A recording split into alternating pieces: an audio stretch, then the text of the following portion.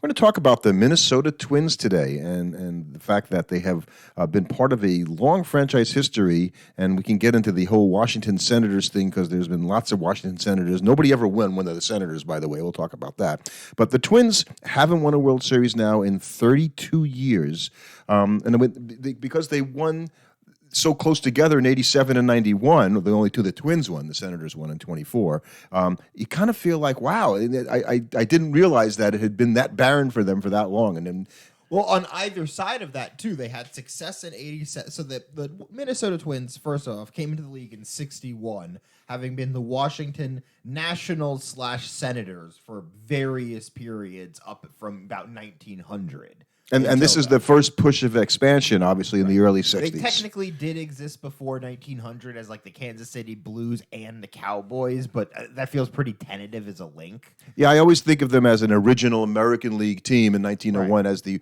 Washington Senators, which they were until 1904. Well, no, through 1904. Through 1904. Then they became the Washington Nationals/Senators from 1905 through What is 1950. that? National Senator? I don't get it. They used them interchangeably is my assumption.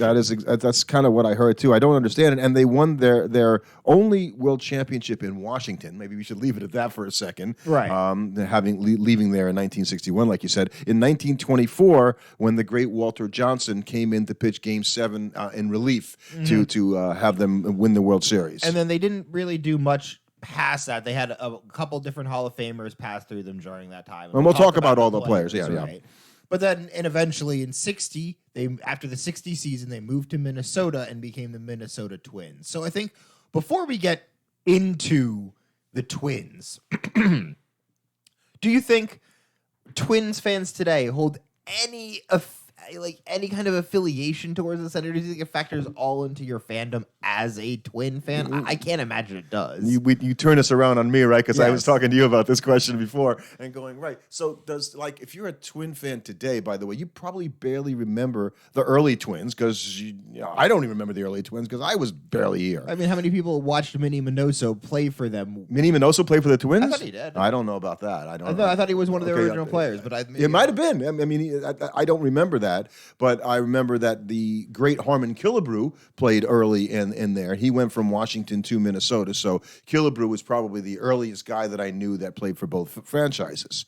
But the Twins, when they went to Minnesota, the Senators, like I had said, they never won anything as the Washington Senators, so it's a good thing that they changed their name and he did city. Play for them for one season as the Wow, Washington that's immaculate Senator, grid kind of as thing the going Washington Senators, but I'm not going to really claim any credit for it because I was just dead wrong on that one. So, yeah, I just don't know if Twins fans like Walter Johnson, he was one of our greats. No. No. So I think the Twins are their own complete separate franchise in a lot of ways. They're their own, not necessarily franchise, but fandom.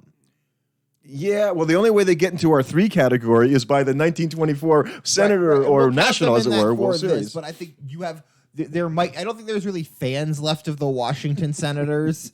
No, probably not. Well, here's the thing. The Washington Senators made the World Series again in 1933, and they lost to the Giants, and then that was it. Right. So there was no, good seasons. First in war, first in peace, and last in the American League. The Washington Senators. The Washington Senators. So I don't think there's going to be a lot of people that were like, oh, yeah, I'm a big Washington Senator fan, therefore I'm a Minnesota Twin fan. And if you were born after 1961, why would you care about the Washington Senators? Well, particularly when there was another Washington Senator team, and here's I definitely did us bad because I didn't include our one-time winner, the Washington Nationals, in our string of ones. So we have to go back and pick that up in a future podcast because I left one out.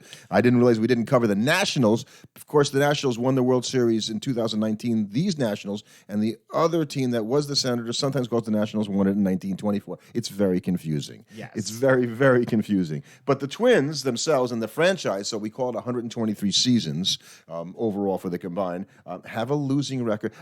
Besides the Yankees, are there any franchises that have team winning records for their history? I think it's actually going to be most teams will probably have a losing record. I have to. Although we're getting to our upper echelon teams. Remember, we're going up from all the ones, the zeros to the ones. Now, so as you get to the Cardinals and the Dodgers and all that kind of stuff, you would think they're all time beating up on all these teams. Dodgers have to have, obviously, no doubt, a winning. And we know the Yankees had the best record. I'm sure they spent years beating up on all these leagues of teams when it was just 8-team same league. So you're tough to like all of what's happened since then, since you've had expansion in these divisions, it hasn't changed as much. So, they have 6 pennants between the two things there. The 3 World Series that we said, they made 18 playoff appearances, and we know this year that it was a real exercise in futility for the Twins until this year when they actually, not only did they win a game because they had lost 18 in a row, they lost 18 playoff games in a row. They got swept out of the postseason like 6-7 times in a row because of wild card games. 18. I don't know if any team could ever approach that record again and lose 18 playoff games in a row. How is that even possible? It's such a weird, and so much of it was at the hands of the Yankees too. Yes. It was like the Yankees would just get him in the first round, sweep him right out, go right to the AL.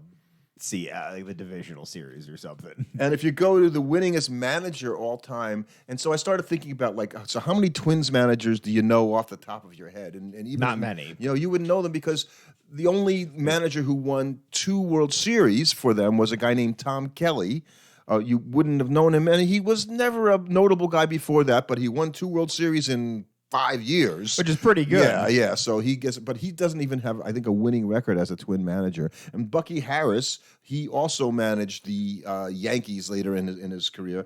Is the winningest manager of all time. Has a losing record. So when I think of like all time, like when I think of memorable Twins throughout the ages, I mean, for me, the 2 that come to mind during my lifetime are probably Torrey Hunter and Joe Mauer. The greatest Twins from my sort of like that I've really seen play, and maybe Santana. Yeah. I can buy that. You wouldn't pick Brad Radke, although he is pretty high up on the list of all time. Right. It's impressive when you look at his numbers. But I mean, then before that, I know you had guys like Paul Molitor. Molitor did play for the Twins. That's right. But he wasn't a Twin. Kirby Puckett had Kirby Puckett's a Hall of Famer. Right. Sometimes you wonder, how, but certainly had some great years, and again was part of World Series winning teams, and so much. When you look at the early, when we'll go through some of the players in Washington history, Twins history all time, and I noticed that there's all these players from the 1924 team who are on the all-time list for the Washington League, because they won a World Series. For God's sake, we've got to put these guys in, because all they did other than that was lose. Right. And so it wasn't just like they had a few good years and they just barely missed. No, they either, I guess, they won that one World Series and made the other one, or they were just god awful. Right. And what's interesting, I think, is because that's when you look at them, that's the historical perception of them. But to me, in my lifetime, the Twins have always been pretty good. Yeah. Like they've always been a team that's been, a playoff contending team most seasons. They had a down period in like the early 2010s, if I remember. They were not particularly good. Like right after Mauer retired, they were bad for a while, but they've kind of come back, and they've been good for the last few years since then, and they've just never been able to put it together in the postseason to not just get eliminated right away. I'm pretty sure Ted Williams managed the Senators back in there before they moved to Minnesota. Was he a player manager or just a manager? He was not a player manager. Okay. No, and it wasn't a very good manager either. And they just, the players that you talk about, I think of Justin Morneau at the same time was a really good player for them. Did he get an MVP? I don't know if he won an MVP. I don't think so, but he was in the running. He might have been. You should check on that. And so they had some, and you mentioned Johan Santana. I mean, that is a Hall of Fame level pitcher, really, were it not for injury. I would say, Santana was pretty good enough to be there. They have Joe Nathan as a sort of a, would be someday maybe Hall of Fame closer. He did get an MVP. He didn't, yeah, very good. Very good. So, you think about the famous guys. So I went around, and we'll go through the individual guys on the list of all-time WAR, because I think it's fun to look at some of those names real quick. Mm-hmm. But I did, again, pick who's the best Senator Twin at each position around the field. And when it came to pitcher, right, it was pretty easy to pick Walter Johnson. Right, because he's historic. Big Train is the man, and so that's kind of tough if you're a Twin going, what connection does Johan Santana, other than having the franchise, having moved from Washington to Minnesota, and it's like, you have to compete against this guy. But I did put Burt Blyleven in there, so Hall of Famer as Would well. Jack Morris go onto this list? Nah, because it was really only the little bit of time. He made more, with But it's like he's Detroit. part of those 2 World Series Pitched teams. an unbelievable Game 7, So 1-0 win. I think about him as a Twin. Yeah. And I don't think the Twin fans would thank you for that. Thank you for helping us win the World Series or winning a great game. Jim Cott also a Hall of Famer. Again, a better pitcher than people think because it looks like if you look at Cott's stats, it kind of has a compiling feel to it when a guy pitches for 25 years and accumulates it. But he won at a time when it was important, 20 games, a bunch of times. Still happy that Jim Cott is out there with his kitty, as they like to call him, and was a terrific player. So I still think Walter Johnson far and away. Catcher. Pretty easy. Yeah, I picked catcher Joe Mauer over another great name. Again, this is one of the 24 Senator guys, Muddy Rule. I mean, what that's a great 1920s name. baseball name right there. Muddy Rule. And then another guy you've never heard of, probably. He played for the 87 Twins, I believe, Butch Winnegar. Never heard. Okay, Winnegar was a very fine catcher. If you looked at his career stats, you go, wow, I don't know how I could have never heard of this guy. This guy's a really good player at catcher. So there's a first baseman who was not a coach for the Giants named Joe Judge, who played also during that period of the Senators winning the World Series in 24. And I put him slightly over Kent Herbeck. Who was a player on those World Series on the teams. World Series teams. And so what that brought me to was they didn't really have a lot of outstanding first basemen in Minnesota over the years because I had trouble finding other guys that would go in there. You have to kind of dig around to find any. Who was the first? I mean, Mauer played first base after he was a catcher, but we're not going to give him both. You would always give him catcher over first base. Right. High up on the all-time WAR list at second base and a Hall of Famer himself is Rod Carew. To me, I grew up watching Rod Carew play for the Twins before he got traded to the Angels. That's a pretty easy one. How good was Rod Carew? Rod Carew was the quintessential Tony Gwynn-like hitter in terms of being able to control the field, hit the ball where he needed to, could hit the Baltimore chop if he needed to. And I always remember as a kid, the thing that blew me away is he tied the all-time single-season record for steals of home. Like in 1969, he stole home 7 times. Wow. Right.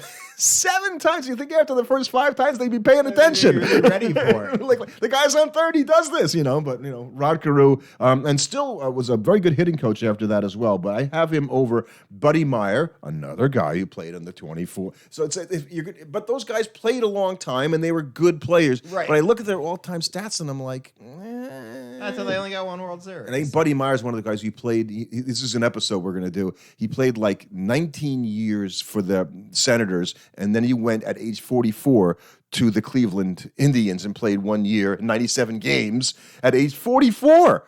The guy didn't at 44. Why would Cleveland take him? Yeah, I don't know. I guess he was better than what they had. Anyway. And Bucky Harris also was a pretty good second baseman, although he was a player manager and then he became the manager himself. Joe Cronin, this is a Hall of Fame player who I remember more as being like president of the American League. I didn't even realize he was a shortstop.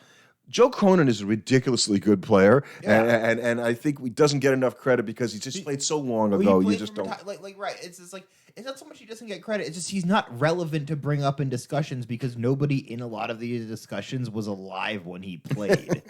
Did you watch Greg Gagne play at all for Minnesota? Do you know that player? Played on those 87 and 91. He was the shortstop. It was the shortstop.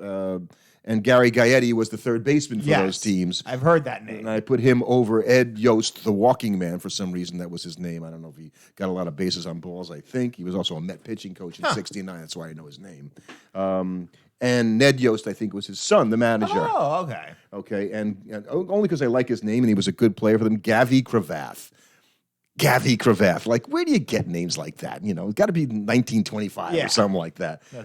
I did notice something I mentioned Buddy Meyer at second base. So we were talking about this before the podcast. So I noticed once, like, how does this guy, be one of the good? He was a compiler. He played a bunch of years. He had a year, I think, in 1935 where he had 5 home runs and 100 RBIs.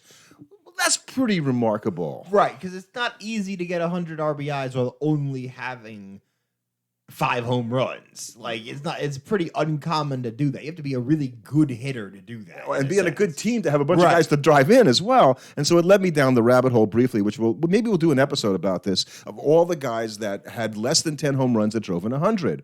And what the most important that I just saw I mentioned Tommy Hurd did it a million times in 1985 because I remember because they beat the Mets and they went to the World Series and won it. And then Paul Molitor did it. Mm-hmm. So we talked about him, and he did it in 96. Nobody else did it before 1950 other than that. So all in this contracted period of time from 1930 to 1950 were basically all the other guys that drove in 100 with less than 10 home runs. Interesting. So that's after the dead ball era, but it wasn't about home runs. No, but guys could just hit. The guys could just hit. A guy who's probably one of the most famous senators of all time, and you mentioned him. I don't know if now or before we talked about Torrey Hunter. Yeah. So if I had to go to outfield, I put Goose Goslin over Torrey Hunter. Goose Goslin's a Hall of Famer. Torrey Hunter was an excellent ball player. Can't really say I know. I'm familiar with Goose Goslin. I didn't watch the guy play. You know, Right. he's got a cool name. A lot of these guys have cool names, but Torrey Hunter was also got a cool name. Actually, He does. I mean, who spells the name Torii? Torrey Hunter, who borderline Hall of Famer. Borderline, yeah. Borderline Hall of Famer. Probably Hall of Very good. A guy who's not borderline in the outfield would be Harmon Killebrew, and I guess I thought he played more first base, but he didn't. He played more outfield. So And he is a bona fide easy slam dunk Hall of Fame. yeah, 573 I think career home runs, and just a guy that just was scary to face at the plate. If you ever picture the guy, big arms and just this guy's gonna just crush us. And Bobby Allison, well, I called him Bobby Allison as a kid. Bob Allison, no one called him that, but I don't know why I knew him. Really good player, forgotten by most people. Really good career stats. Kirby Puckett, I put in the outfield. Over one of my favorite players, I'm going to say I put him over Tony Oliva. And that was really hard for me to do because, I want to give Kirby his props. Tony Oliva was just like a boyhood favorite of mine, so I always rate him this guy's underappreciated. Well, finally Tony got into the Hall of Fame, so Right. now it's okay. Right now, and it's like I'm only subbing a Hall of Famer for another Hall of Famer. Right. So I can do that now. And then closer, we already talked about Joe Nathan. And I thought, okay, the other guy, Rick Aguilera, former Met. He was a closer for them. I always thought of him as a starter for him and the Giants. He was a starter for the Mets, and he went to Minnesota, and they quickly converted him to a reliever to the point where I think he had 200 to 300 saves. I had no idea. Yeah, very good, very solid closer. And over a guy who was, by some counts, the first closer of all time for the Senators. Another great name. You're going to like this one. Ready? Furpo Marbury. We just Furpo. The Marbury is whatever, but Furpo is quite the first name. Marbury. And so when they didn't use closers, all of a sudden the manager started using him in this situation, and he excelled at the role, and he was probably one of the first guys to get that as a regular role because they didn't really have closers. They just had pitchers. Right. The guys that didn't do that. Over Jeff Reardon. Ever heard of Jeff Reardon? Vaguely. Another former Met Oh, who, wow. of course, you trade him someplace else. He went to Montreal and was a closer there, and ended up in that's not as bad then. And how about the famous? Twins fans really like this guy. I never understood what maybe you know him better than me, Eddie Guardado. So, Yeah. why is there the Eddie love? Because he was big. Why do you think Met fans love Bartolo? Is that what? Okay, big fat guys. People like watching big fat guys. I didn't even know that he was. Yeah. So, yeah, and so guapo. we talked about the managers, Bucky Harris and Tom Kelly. Ron Gardenhire, another former Met. What is it about that? Actually had a winning percentage of over 500. That's what I would think of as the manager for the Twins.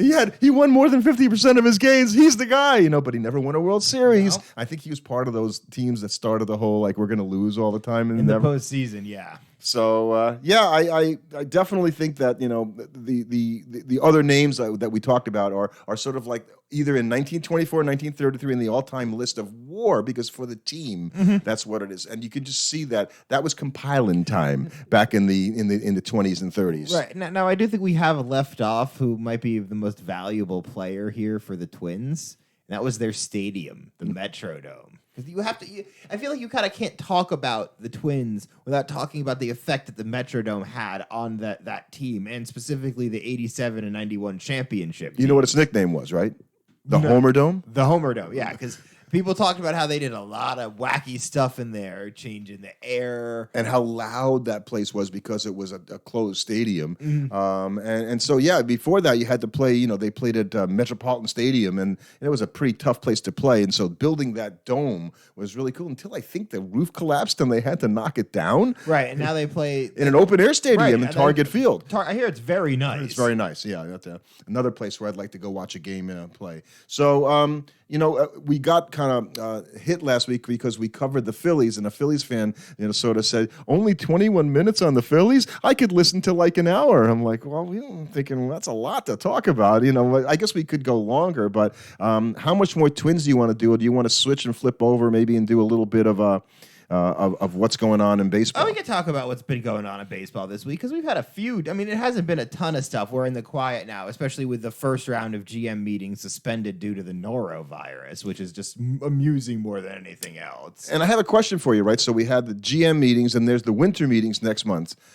Why do we need GM meetings like 3 or 4 weeks before the winter meetings, which take place sort of in the late fall, but I guess it's early winter? I don't know. I couldn't answer. So what are you talking about at the GM meeting? Okay, next month when we meet, we're going to talk about the deals. I don't get it. I don't get it. Like, do the GMs just want to get together and go play golf or something like that? It's like what is it about that? We'll set the agenda for the meeting next month. It's a club, Yeah. We're in the GM club, and we're all going to get together and meet. So, yeah, that was something. A lot of players were either declined their option. So this is the time of year where you find out who's going to be the free agents and who wanted who. And a lot of guys that you thought would have been maybe retained by the team were let go, normally for financial reasons, and it doesn't mean that the player can't sign again with the team at a different salary than what was agreed to. Their current deal is over. So they're essentially, free agents. Yeah. And Seth Lugo, Waka, and Nick Martinez, Michael Waka and Nick Martinez, all from the Padres, are free agents now because they declined their option, or they had their option declined, I should say, by the team. That's kind of interesting from the Padres standpoint because. I feel like these guys declined their option. Okay, so they decided to renegotiate and either sign new deals and go elsewhere, or they want to renegotiate their deal with the Padres. And it makes me think that A.J. Preller, who's going to have a busy winter, because I think the first thing he's got to decide is, do they want to keep Juan Soto? Right. And then he's got these other guys going, you know what, we don't really want to be Padres right now. Maybe we do, maybe we don't. So we're going to decline our option until you guys decide what the heck you want to do. That's put a lot of pressure on a team that struggled this year that we're all talking about. We expect to bounce back next year, but if the team fundamentally looks different, it might be hard for them to bounce back it's not going to be that easy. And they're looking for a manager. Mm-hmm. So, Bob Melvin just said, I'll go to San Francisco. Whose team is better right now, the Giants or the Padres, if you had to say on paper? The Padres still. Me too. So clearly something is wrong. I want to go someplace else that it ain't here. There is all messed up. So I thought that was kind of surprising there. Another guy who's available, and Met fans can think about a reunion with Marcus Stroman because he declined his option with the Cubs, which that's interesting because now they've got the great manager Craig Counsell. But that doesn't have anything to do with the pitchers. So I'm not really sure though how much more than $20 million, unless Marcus Stroman thinks he can parlay that into 2 or 3 years. Right, and that's probably what he's going to try and do. He's trying to get a multi-year deal. Exactly. The Mets decided to part ways with Adam Ottavino, and he didn't actually. He declined his option. Right, because Ottavino probably thinks he thinks he can get 2 years, and the Mets are like, yeah, we might think about 1, but not 2. Right, exactly. They'll be like, okay, well, if nobody wants to give you 2, come back here and we'll talk about 1. The Dodgers say no to Lance Lynn. No surprise there, based on the end of his season. Daniel Hudson and Alex Reyes, all pitchers. The Dodgers have a lot of work to do, too, in terms of rebuilding what they're up to. But there's so many free agents right now that you're probably going to see the big guys go first. It'll probably be slow at first until Ohtani signs somewhere, and then there'll be a flurry of action once the market is set. Hold our Ohtani thought, because maybe we'll talk a little bit about that as well. Tim Anderson, we talk about him on the podcast sometimes. He had his option declined by the White Sox. There's a place somewhere for Tim Anderson. Not with the Mets. Not with the Mets. Where could he go? I don't know. Not would he go? I have no idea because I think the question is what team is going to go with him because he's such a big personality to bring into a team. it has to be the right kind of team for him to go in and fill that void. And if it's not a good fit, that's a move that could backfire on you. I think somebody's going to take a risk on him, and I think he'll play really well for them. I just don't know who it's going to be. For different reasons, right? You could say similar things other than him not being a guy who could be anything but good. You would think for the culture is Joey Votto, Right? You know, where's he going to find a place where he's going to get the kind of at bats? And we talked about this on a prior podcast. It's just hard. It's just hard when you're that kind of player late in your career. You just have to hope you can find that one match made in heaven. And so all those guys, and we'll do an episode on guys that played lots of years with one team, and Joey Votto is now looking at, gee, do I really want to be a Colorado Rocky for a year? Is that really what it's going to be? And I guess if you're going to get paid, $7 or $8 million, what do you think Joey Votto gets? It's probably something like that, right? It's pretty good. That's would you turn it down? No. Other guys that are out there that I think about that, Liam Hendricks and Clevenger had their options declined, obviously. That's just interesting because Liam Hendricks coming back from cancer, much less, arm surgery. And Clevenger had a nice end of the season enough to think, you're going to want to sign a new deal with him. You're not going to want to if you keep him at all. Right. I was surprised that Soler was declined his mutual option after the season he had this year. It's not like the Marlins have a lot of hitting. No, you would have thought you would have kept it, but maybe you do that because you're hoping to re-sign him. So you're like, look, decline. Well, we're going to decline your option and help you renegotiate a new deal. And you do that because you know that if you let him hold on and you don't decline the option, then he's more likely to walk if he performs well.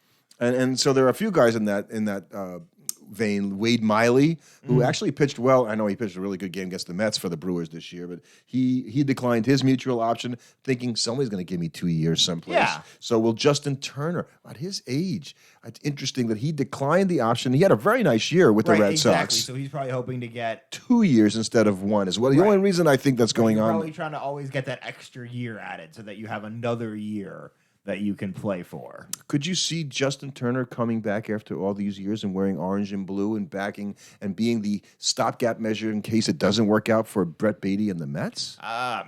Maybe. I just don't think that the Mets would be able to promise him the at-bats that he's going to want, and he was so good last year. Why would he come to the Mets to not play? I don't want to get too deep in that. It's an interesting point, right? So how many at-bats does Justin Turner warrant at this point in his career? He played well enough to be the everyday third baseman for the Red Sox last season, so it's hard for me to see him wanting to move into a reduced role, especially when he performed well. Right. Mark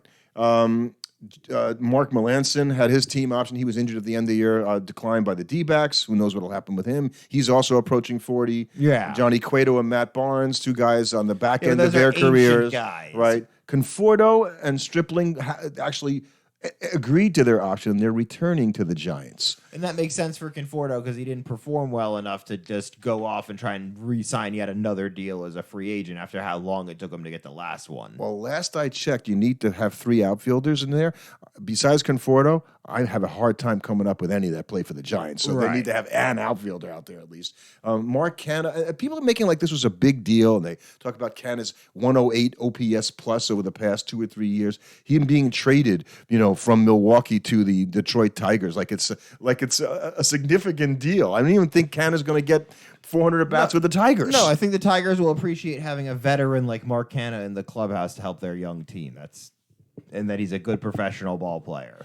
And the other thing that struck me is Madison Bumgarner, former Diamondback, was the highest paid player on the Diamondbacks this year.